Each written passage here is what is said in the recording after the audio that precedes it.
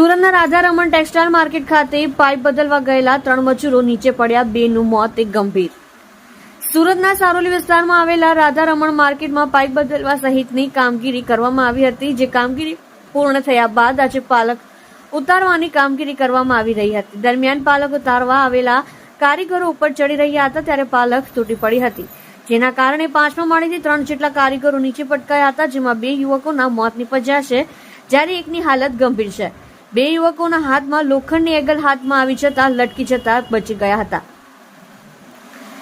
મળતી માહિતી પ્રમાણે રાધારમણ ટેક્સટાઇલ માર્કેટ ખાતે પાઇપ બદલવા સહિતની કામગીરી કરવા માટે ઘણા સમયથી પાલક બાંધી કામગીરી કરવામાં આવી રહી હતી. દરમિયાન આજે કામગીરી પૂર્ણ થઈ જતા પાલક ઉતારવાની કામગીરી હાથ ધરવામાં આવી હતી, જેને લઈને મોન્ટુ પાસવાન, સંતોષ વૈદ્ય સહિત 8 થી 10 કારીગરો માર્કેટ પહોંચ્યા હતા.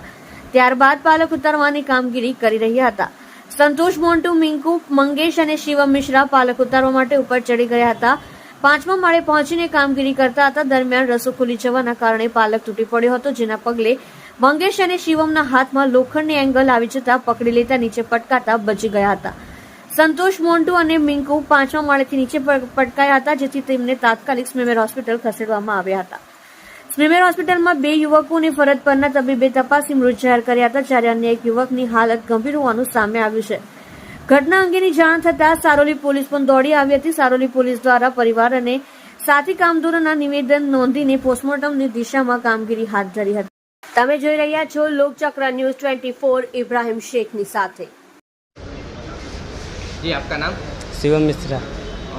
क्या घटना हुई थी और कैसे हुई थी? सुबह आए जो है घर से, कपड़ों वपड़ा चेंज किया, उसके बाद पालक पे चढ़े, नीचे से ऊपर तक पालक पे चढ़े, जाना पड़ा बाहर से.